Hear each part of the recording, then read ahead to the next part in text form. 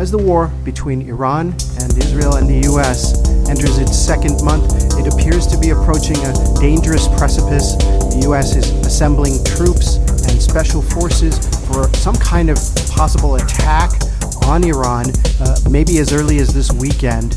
Meanwhile, Yemen's Houthis have gotten into the fray, launching attacks at Israel and warning that more is coming.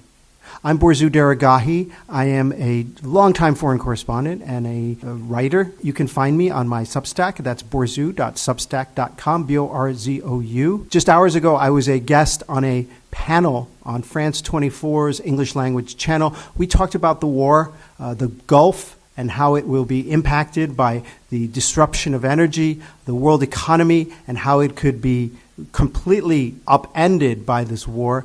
And we also talked about possible off-ramps. Tune in and listen in for a very interesting and engaging debate. What could possibly go wrong as Donald Trump repeats threats of a Venezuela-style seizing of Tehran's oil exports as U.S. assault troops get in position?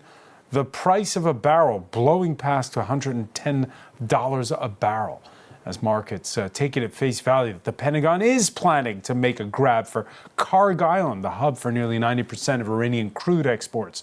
We'll ask about the pitfalls of sailing warships past the Strait of Hormuz for an invasion, the Islamic Republic's response, and how Gulf neighbors would view it all. Since 1945, the United States has positioned itself as the Arabian Peninsula's main security guarantor.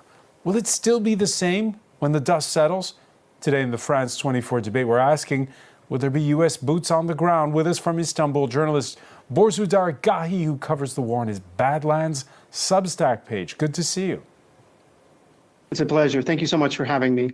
From Washington, Zineb Ribua, research fellow at the Hudson Institute think tank. Welcome back to the show. Thank you for having me. Military historian Guillaume Lesconjayas is associate professor at the Sorbonne University. How are you? Good. Thank you. And we're also joined by energy policy researcher Anne-Sophie Corbeau of Columbia University's School of International and Public Affairs. Welcome. Thank you for having me. You can always listen, that's right, listen to the show wherever podcasts are streamed. Yeah, Donald Trump set April 6th as the deadline for Iran to sign, or else. Trump positioning the 2,200 troops aboard the USS Tripoli as he threatens to hit critical infrastructure, including Iranian desalination plants. Beyond the bluster, Peter O'Brien examines the options and the pitfalls that lie before him. When assessing Donald Trump's options for the war he started, it's best to begin with the options he doesn't have. As it stands, he can't claim to have stopped Iran's nuclear program, he can't convince the Iranian people to topple their government, and he doesn't appear able to reopen the Strait of Hormuz without the help of European allies. But the American president is still insisting the war will be over soon. So what options does he have? In his own words, if for any reason a deal is not shortly reached, which it probably will be, and if the Hormuz Strait is not immediately open for business, we will conclude our lovely stay in Iran by blowing up and completely obliterating all of their electric generating plants, oil wells and Kharg Island, and possibly all desalination plants. This plan to attack civilian infrastructure adds to Trump's earlier comments threatening to send US troops to capture Kharg Island, Iran's oil lifeline, and reporting that he's thinking about a mission to put troops inside the country for days or longer in order to extract a critical stockpile of more than 450 kilograms of uranium. We want the nuclear dust. We're going to want that, and I think we're going to get that. These boots-on-the-ground missions would carry significant risks to personnel in a war that's already deeply unpopular with American people. While a final major air assault before walking away would only be a Pyrrhic victory with the Gulf massively destabilized. Whatever course of action the commander-in-chief chooses, he's already selling it as a major victory, claiming, for instance, to have already brought about regime change by killing top Iranian officials, while all signs point to Iran's commitment to continue the fight. Borzou Daragahi, what are the chances of boots on the ground?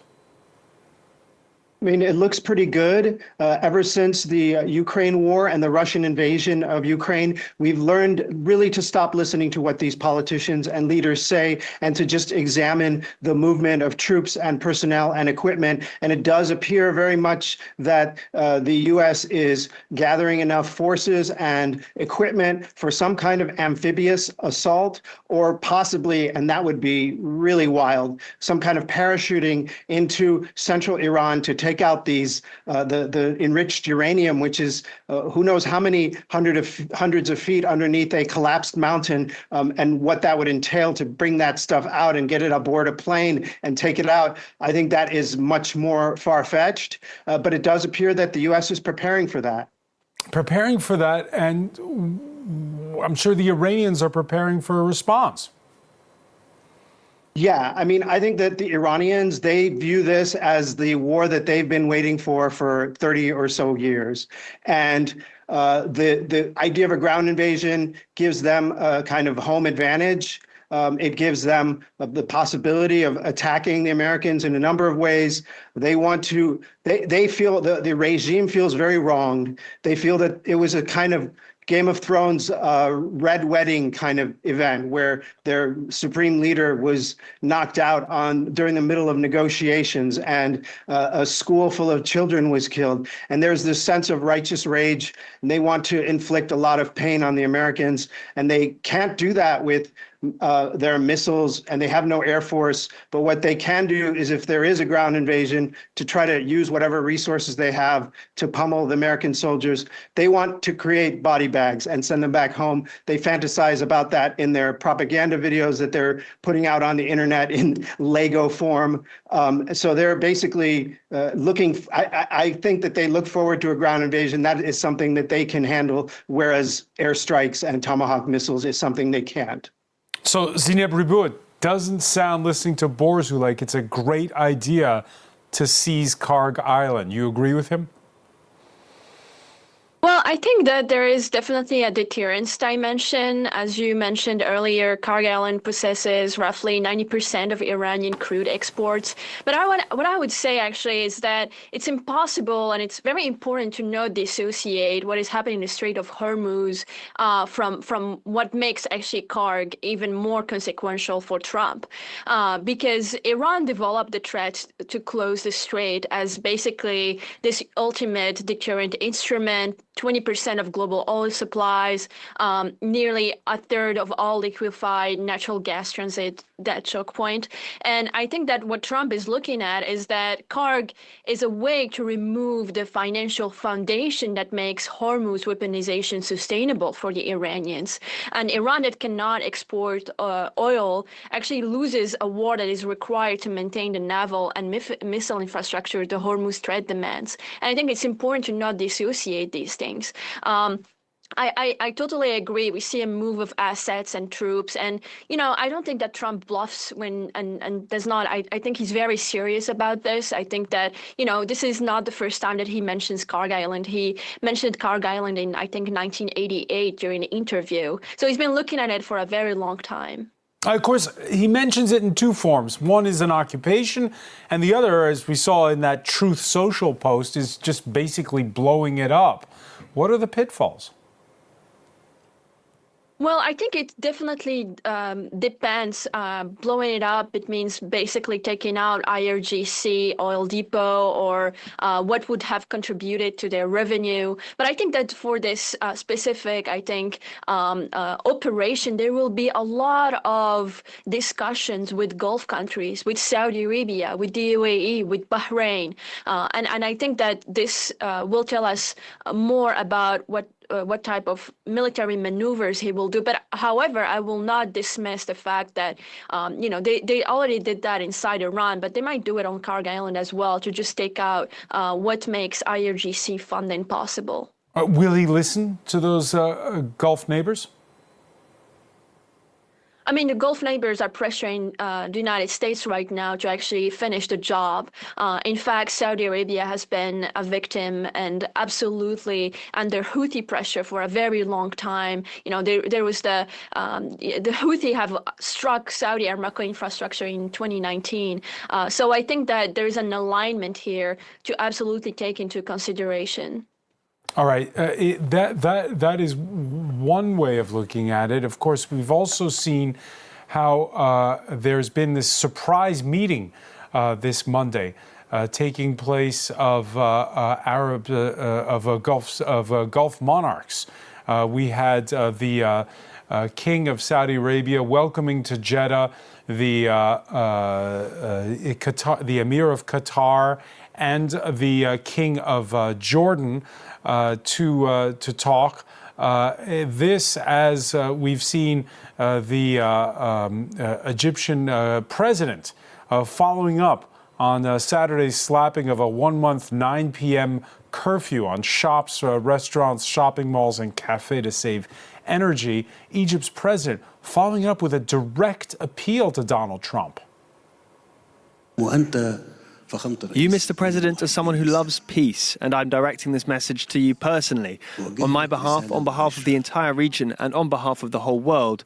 Given the serious consequences of the war continuing any longer, please, Mr. President, please help us stop the war. You are capable of doing so.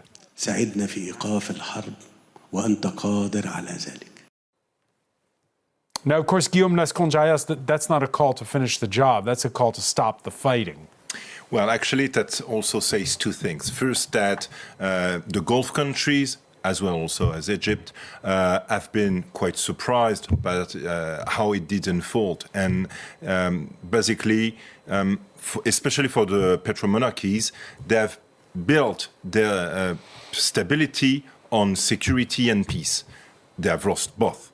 And they have lost both for a very long time. So if they are not stepping in now, Iran will basically remain a threat for a long period of time. And if the US would leave without finishing the job, to quote, everybody here, then it feels like the threat will still be there. And even Iran that would be changed or turned into a black hole is not very reassuring. It's only creating a source of massive threat that would just only keep ramping for all the region without ensuring any kind of reassurance, nor the end of the nuclear threat, the ability to use proxies here and there. So, in a nutshell, if the US leave now, they will leave a massive job undone that will make Iraq post-2003 look like probably a paradise. And it's, in a way, something that was the total dismissal of security and stability will be the reality of the Middle East for the probably next 20 to 30 years. And the Saudis in all of this, because we heard over the weekend some jokingly disparaging remarks by Donald Trump regarding the Saudi crown prince, and then he said in the next breath how he thinks he's great. So those remarks perhaps just him a bit freestyling. But he do you see? Because I've seen both written that the Saudis are calling for restraint publicly, but privately cheering him on. Which is it? The thing is, most of these monarchies have to change even their defense model. For a very long period of time, they have just bought the American security guarantee, as mainly European countries always did. So the thing is, you have now to shift towards not being a security benefiter, but to be a responsibility security actor. It means for these countries, and Saudi Arabia especially, that you have to change from being a market for very high expensive silver bullet military equipment to be able to literally use it.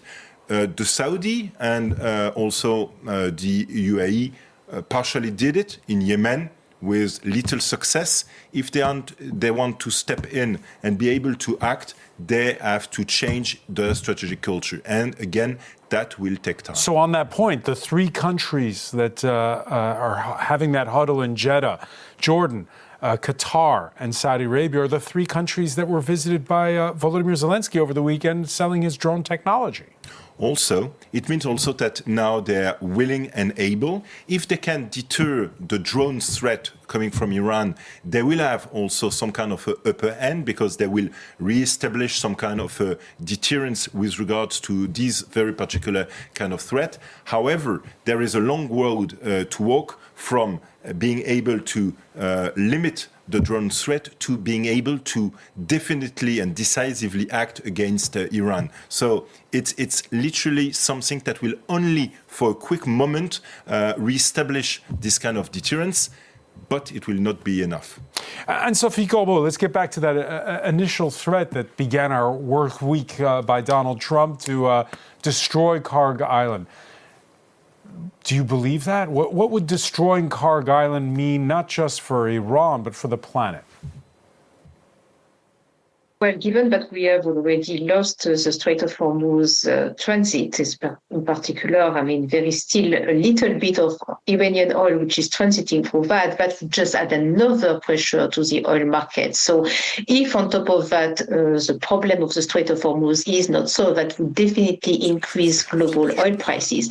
What I'm also concerned about is a remake of what we have seen with Ras Laffan, so the LNG facilities which are in Qatar, and two of them were destroyed in retaliation to an attack on South Pars. So if there is an attack on Karg Island, my concern is that there is going to be retaliation from Iran on the Gulf oil infrastructure. So again, we could see a remake of what happened in 2019, which has already been mentioned, an attack on Al-Qaeda, but that could be also an attack on over energy infrastructure in the Gulf.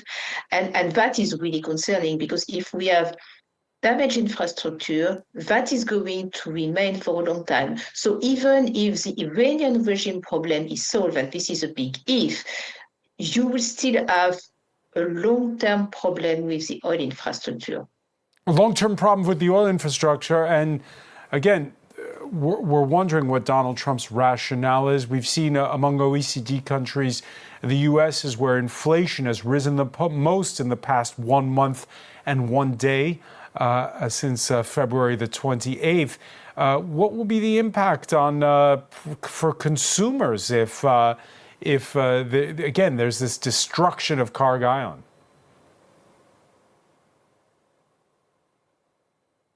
Again, it really depends on whether this is just Karg Island and everything resumes, in which case I think if the flows through the Strait of Hormuz are going back to where they were before, and that may take actually a little bit of time, because some of the production has been shut in, but eventually oil prices will indeed come down.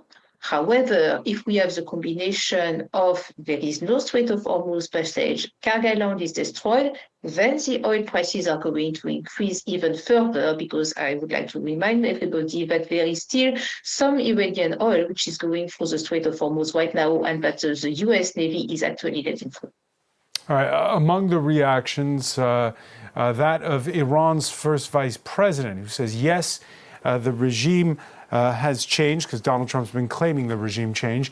Of course, it's changed the Strait of Hormuz regime. I guess it's how it's a loose translation. My Farsi is a bit rusty, Borzu Dargai. Mohammad Reza Aref, who posted this to X, formerly Twitter, and who wants preconditions for direct talks to include a pledge by Washington: we will no longer attack Iran, and we recognize all of Iran's international rights. Now, that's kind of the, like you were mentioning Lego earlier, Borzu. There's bluster on both sides in this phase. But again, the destruction of Karg Island, what does it mean? It will impact Iran, definitely. It won't only weaken the Revolutionary Guard, as Zainab said, it will weaken the nation of Iran. These are national assets that were built decades ago, even under the pro-US Shah. And what impact that will have is really counter to U.S. war aims, it will mobilize people. It will mobilize people who were part of the protests. They will come to the defense of what they see as their dear country. This is an intensely nationalistic nation. So you hit that oil infrastructure, it'll make regime change even more difficult. Look, I was just talking to an international official in Tehran the other day, and what they were saying is that Iran has been preparing for this since June, and they have strategic reserves of food and fuel and other provisions. They've mobilized. You see how effectively they mobilize their search and rescue teams. They've been preparing for this since the June war last year. And what this person was saying to me is that Iran is prepared for a 6-month conflict. And that means they have the food, they have the oil, they have the fuel, they have all the reserves in place to fight for 6 months at this point. And so I don't think that it will end the war. I don't think destroying Kharg will end the war. It will just play into somewhat Iran's hands because it will give them an excuse to hit Saudi Aramco. It will give the Houthis an excuse to hit that pipeline that is taking oil from the Persian Gulf ports into the Red Sea. It will give the Houthis an excuse to close the Bab el-Mandeb, which will drive oil prices to even higher and will shut down essentially the Suez Canal. So I don't think that escalation is going to accomplish any of the U.S. goals in this conflict, if they even have any stated goals at this point, except to find some kind of graceful exit, which is basically what I suspect the Trump administration wants. And on Saturday, an Iranian strike on Prince Sultan Air Base in central Saudi Arabia, blowing the tail off of a U.S. Air Force E-3 Sentry aircraft, as well as its rotating radar dome. There you see it, Boris. Originally it said it was damaged. That's more than just damage. You can see in that image. Of course, they have 16 more of those, but again, Boris Dargahi, this relates back to what was said earlier by Guillaume Lesconjaillas. Are the U.S. and its Gulf allies bringing the wrong weaponry to this fight? I don't think that the Gulf allies are culpable in that they're not really bringing weaponry to the fight yet. I think it's really more about the U.S. and Israel, and the Gulf states are just caught in between. I also think that the Gulf states and the Arab states are not completely unified. I think, for example, Qatar and Oman and Kuwait have very different positions on this conflict compared to Saudi Arabia and the UAE, and Jordan is a very different position as well. Pakistan, which is also impacted, is in a different situation and also involved. And Egypt, also very worried about that Suez Canal issue and the Houthis, is also a very different position. So I don't think that there's a unified position on this. And I think that really the question, the X factor, is not really so much the Gulf states. It's Israel and what it will do and how it will determine facts on the ground and lead the U.S. in whichever direction in the absence of any clear direction from the White House. Israel's running the show, you're saying?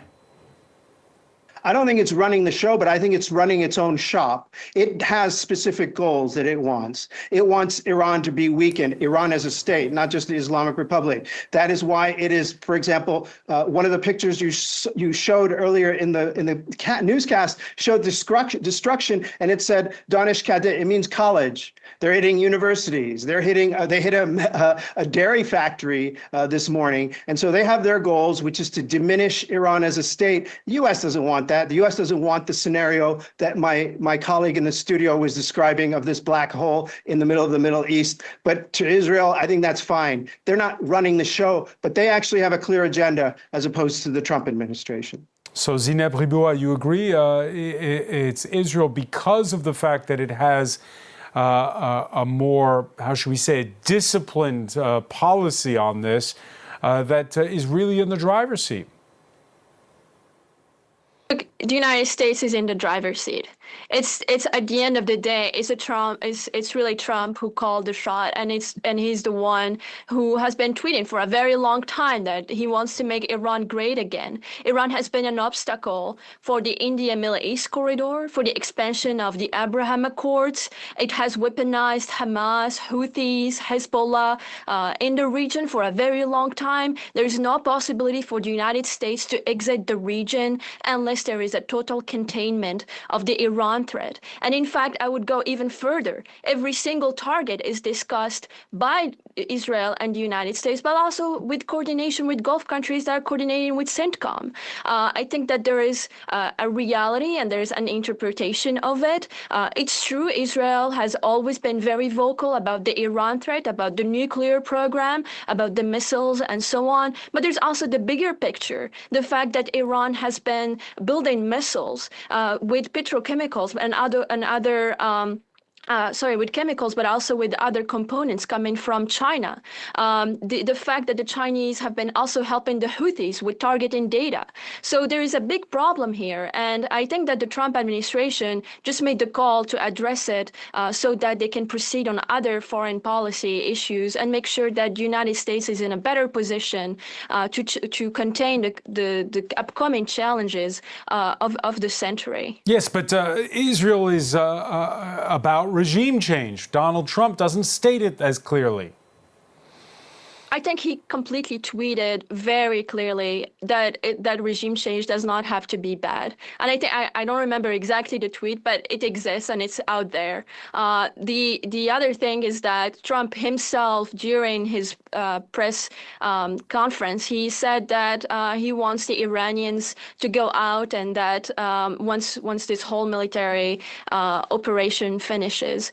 But I think that this is, a big problem in understanding the multiple dimensions of this operation. That is not just about Israel and it's not just about Gulf countries, but it's also about understanding U.S. foreign policy and also about Trump's foreign policy in particular.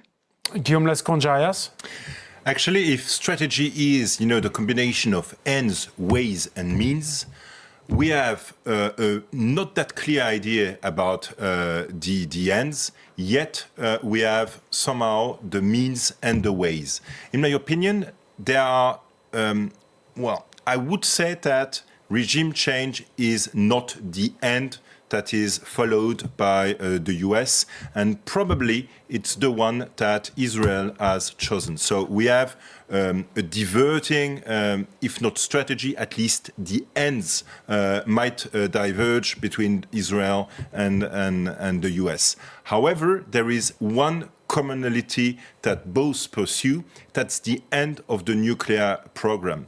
In my opinion, that's how you can read also the situation and also the risk also of strategic dissension between the US and Israel is what happens if, for instance, the 440 kilos enriched uranium is taken over.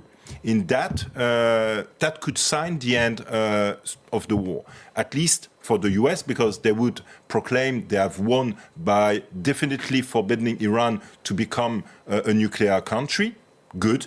However, for Israel, that might not be enough. So, in my opinion, you can see that this is probably where the Israel and the US have in common, forbidding Iran to become a nuclear country. And doing it by military means. Yeah, well, actually, when you are a hammer, every problem looks like a nail. And that's exactly what happens.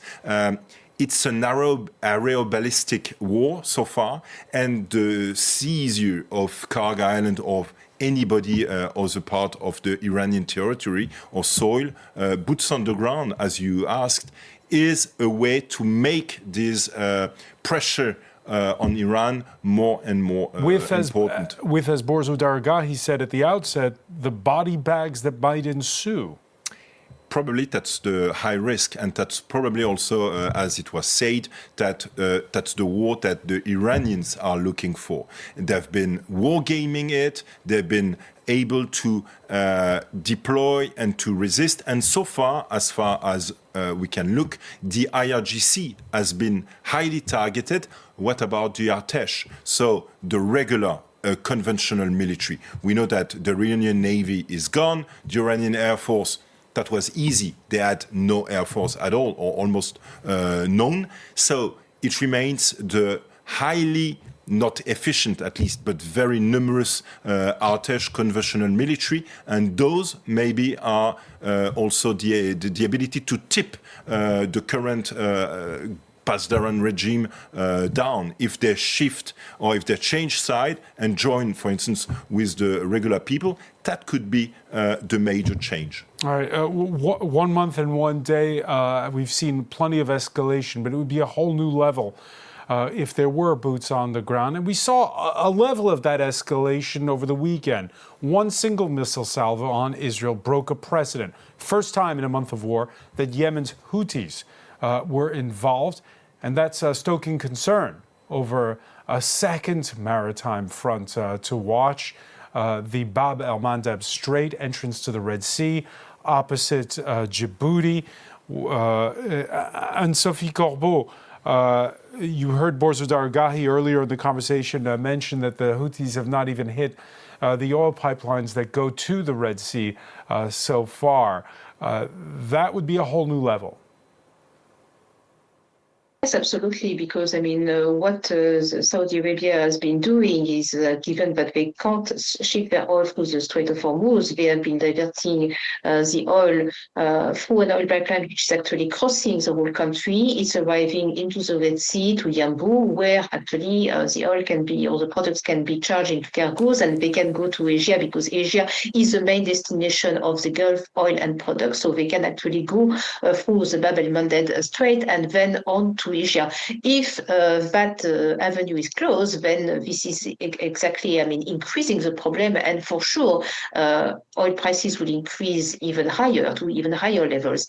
And just also to rebound on what Guillaume was saying before, on this regime change, let's imagine, for example, that there is no regime change and that the current regime remains in place. What we have seen over the past few weeks is that some oil cargoes can actually go through the Strait of Hormuz, but then they have to pay a fee, which is about $2 million. What about that actually becomes a key feature of the Strait of Hormuz going forward? Of course, all the Gulf countries will absolutely hate that, but you need to think about, if you are not actually going up to the regime change, then you are basically leaving these people in place. And maybe, the tweet that you were showing a little bit earlier actually means that, exactly that. Iran has a greater control of the flows through the Strait of Hormuz, which would be a totally different ballgame for all the countries in the Gulf which are exporting oil, products, fertilizer, LNG, etc. Yeah, and markets certainly don't believe it. We're near the end. Brent crude opening the week on a rise, went above $116 a barrel in early trading on Monday. Enough to prompt, there you see the graph of what it's been like over the past year and how it's shot up since February the 28th. It was enough to prompt a video call between G7 finance ministers. You mentioned that added cost of trying to insure tankers going through the Strait of Hormuz, and Sophie Corbeau. Again, this, for now, doesn't seem to be stopping the war. We're talking about escalation, not de-escalation. We are more talking about escalation because we don't know exactly how this is going to end, and we keep getting a lot of different tweets from Mr. Trump, President Trump, about, we are progressing in terms of peace talks, but at the end of the day, maybe in a few days, I am going to completely bomb the whole country, destroy their energy infrastructure, and then I'm going to take over Iranian oil, or maybe I am going to actually bomb and destroy Cargill. It's very, very difficult to actually know exactly how this is ending, which is probably why we are seeing this even higher increase of the oil price, and maybe also because maybe the oil market doesn't really believe President Trump anymore, because we keep having these different messages which are varying from one day to another between we are moving forward towards a peace agreement and no, actually we are going towards a full war. And as was said at the very beginning of this interview, actually we are starting to see that there is a preparation for boots on the ground, which is of course not reassuring the market, because they are anticipating potential further energy infrastructure destruction in the Gulf countries. You look at that map, Guillaume Lasconjayas, the Bab el-Mandeb Strait, it's across from Djibouti, where there are bases not just of the United States, but also the likes of France and China. And Japan and Italy. So it's interesting because in Djibouti, you have exactly, around 2,000 French troops, but it's the only place in the world where you have, as you mentioned, US, EU bases that literally wants to collectively reassure the opening or the reopening of this Bab el-Mandeb Strait. That was also the core center of gravity of the mission Aspides, which, led by the EU, just meant to reopen, or at least to help the convoy open this strait facing the Houthis. So yeah, it was with one eye towards the Houthis and also one eye towards Somali pirates at the time. So it's a regular, conventional military operation. It has been strongly diminished the last couple of years. However, if tomorrow we have not just the Strait of Hormuz, but also Bab el-Mandeb to carry, to actually to take control of, or to maintain open. The idea is, will the total of EU plus US navies able to face off this kind of cumulating threat? Well, actually, there's two questions there. One, do they want to? We saw the likes of Spain this Monday, which said don't use our airspace for attacking Iran anymore. France and the UK, which are saying they're going in defensively. But as you say, they could be dragged into it, right? Yes. Do they want to do it? Do they want to help patrol at this point for a war they did not choose? Probably no. But as you mentioned, they could be literally dragged in, not just because of the US or the global situation, but also because of their public opinion. Because at the end of the day, as times literally shifts towards the end of the spring and the beginning of the summer, it's also the moment where the public opinion is looking for their holidays. It's driving season. Yes, and probably this will also create this literally pressure on government. Let's recall one thing. It's the high price of oil that led to the yellow jacket in France, the gilet jaune. So that could be also a driver that would force literally this government to be much more forward-looking for what's happening in this region. Borzou Dargahi, the rising price at the pump. When this all began on February the 28th, whether it was in the US or here in Europe, we thought, when the price at the pump starts to rise, then the belligerents will have second thoughts. Hasn't happened.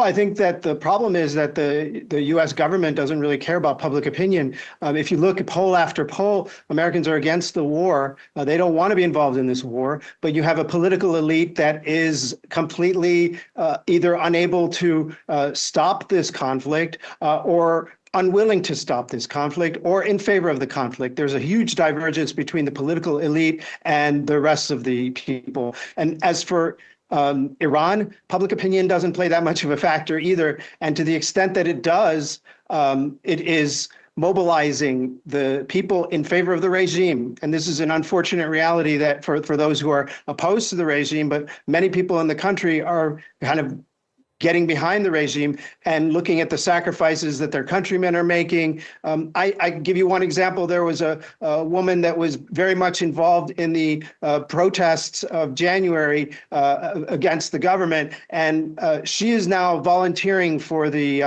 Red Crescent Society, helping pull people out of the damaged buildings and so on. And she wrote about it on her X account, her Twitter account. So I think that there is, to the extent that public opinion matters, it's drifting more towards war rather than stopping the war. Drifting more towards war and not so much for stopping it. Zineb Ribua, the price at the pump doesn't matter? Donald Trump got elected on the promise of lower inflation. Yes, I think that there are a few things to take into consideration. The first one is that the United States is energy independent, which is why Trump felt much more at ease with doing this operation. The second thing is that, Trump right now is not just working on Iran. He's also working on Mexico, on Cuba, on Venezuela, on Ecuador. There are different fronts that he's looking at. And from what we can say so far is that the real question when it comes to the oil is about making sure that Iran does not sell enough oil or but oil you in heard general with a steep I'm sorry, discount. Zineb, you heard Guillaume Lesconjayas mention we've got driving season coming up, and then in the U.S. there's midterm elections that follow, and the U.S. is where the price at the pump has risen the most so far. Yes, but that's what I am saying. I am saying that I think that so far, as Scott Bessent has also mentioned, they are looking at different tools and levers when it comes to relieving sanctions and so on. I think we should not dismiss that as something that they can do when things stabilize. And I think that obviously it's a big problem for the electorate, but from what I can see so far is that it is not a factor when it comes to making decisions. I think they are taking a hard stance on making sure that they complete their mission. It's really an operation with specific mission and targets. It's not a conflict and a war. I think it's very important to make sure that we have the correct framing for understanding this. And Sophie Corbeau, do you understand the motivations more or less since 1 month on when you look again at the price at the pump in the U.S.? I thought that because the oil price is global and therefore impacting directly the US. I mean, I would have thought that you would have, found a solution, whether that would be a ceasefire or something else a little bit earlier. But if we are moving into a scenario where effectively there is an attack on Kyrgyz Island and there is retaliation and the price of oil is moving higher, then there will be implications for him domestically, and especially because we are moving into driving season, but even more so because we have the midterms a little bit later in the year.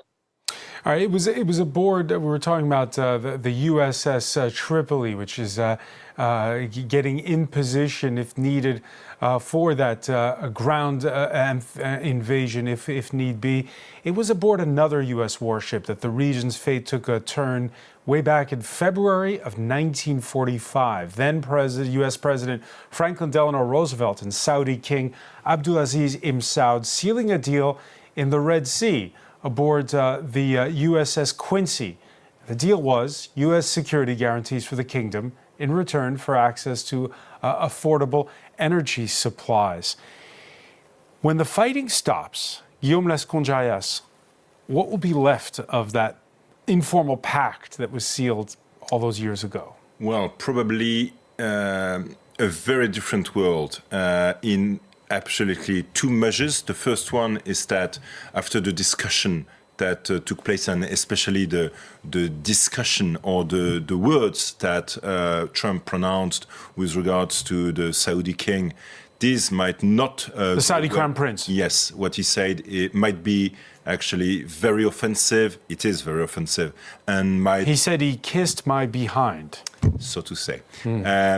Well, this will basically transform into, for Saudi Arabia, either get serious about its own defense, so not counting anymore on the US security guarantee, and maybe second, if what also happens, if Iran decides to step aside from the nuclear proliferation treaty, it means also that there are also other countries that might be very interested in getting into having their own nuclear umbrella. So I do not think this is very reassuring at all. Is it the end of the U.S. security guarantees for the Arabian Peninsula?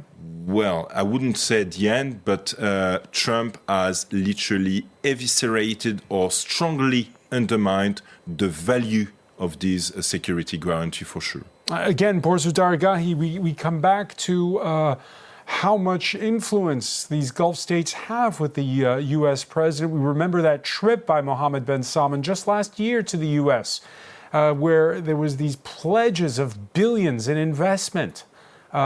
Does that buy him influence? It doesn't seem like it does. It doesn't seem like it did at all. And I don't think that the U.S. has been coordinating with the Gulf states in terms of its attacks.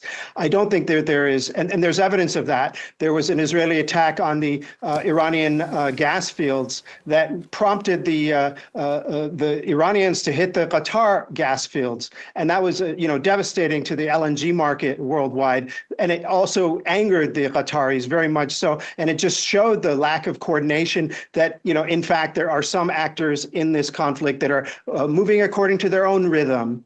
And I think that definitely the security architecture of the Gulf is being transformed. I think that the UAE, for example, is going to definitely double down on its alliance with the U.S. Saudi Arabia, maybe less so. And as for the other GCC states, we'll see how they behave. But definitely things are going to be thrown into flux.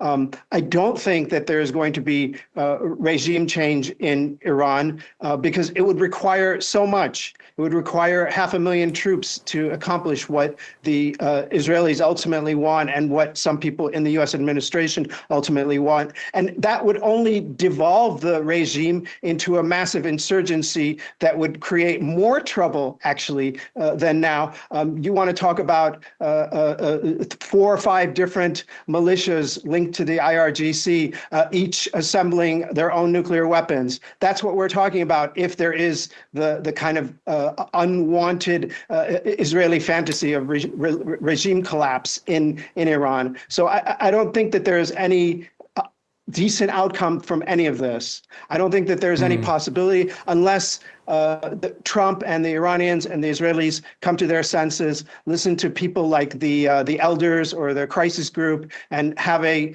honest diplomatic negotiation, a kind of Peace of Westphalia, if you will, where people kind of make new rules, no more attacking people's leaders, no more assassinations of scientists, no more terrorist attacks by proxies, some new rules and a new order. Unless something like that comes about, we're really headed towards a dark period. All right, Porzu Dargahi with that nod to 1648. Many thanks for joining us there from Istanbul. I want to thank Zineb Ribua in Washington and Sophie Campo.